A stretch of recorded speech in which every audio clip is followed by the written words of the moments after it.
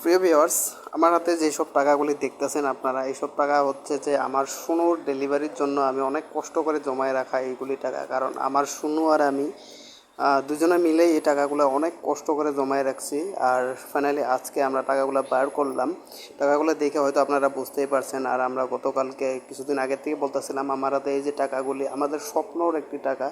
আমরা অনেক কষ্ট করে অনেক অনেক মানে কি আর বলবো, না খায় না দেয় টাকাগুলো আমরা জমা করছি। এক সন্ধ্যা কম খাওয়ার পরেই টাকাগুলো জমা করে আজকে আমার শুনুর ডেলিভারির সময় টাকাটা অনেক কাজে দিব জানি।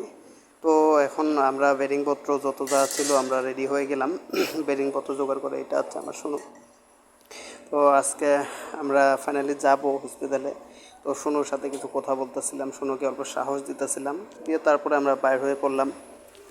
আর বাইর হয়ে যেতে যেতে শুনুকে অনেকই করতেছিলাম। পরে গাড়ি আসলো, গাড়িতে উঠে বসলাম আর যাইতেছিলাম। তো গুড মর্নিং সবাইকে, আশা করি সবাই ভালো আছেন। যে যেখান থেকে দেখছেন সবাইকে স্বাগতম জানাই।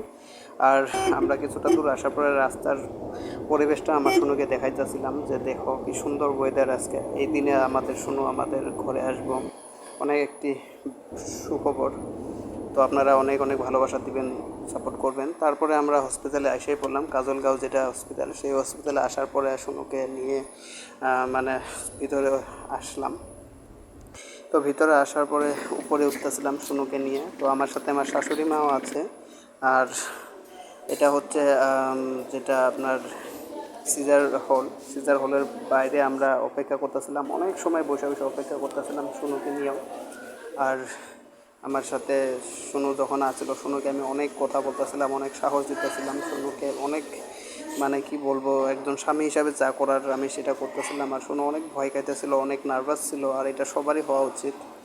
তো ফাইনালি খবরটা দেই। তো আমি কি বলবো গাইস, আপনাদের দোয়া আশীর্বাদে ভালোবাসায় আমি কন্যা সন্তানের বাবা হইলাম। তো এটাই খুব বলার ছিল।